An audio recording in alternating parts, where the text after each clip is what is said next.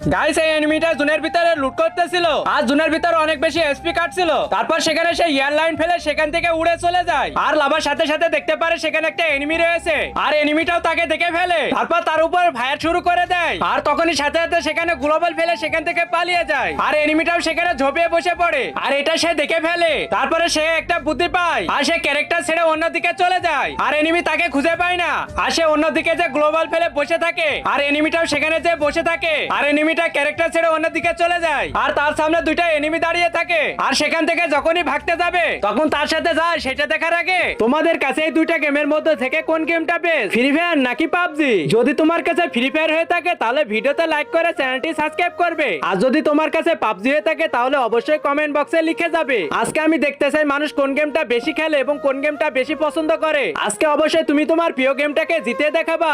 তারপর তারা দুইজনা ওর উপর ফায়ার করতে লাগে আর সেখানে সে এনিমি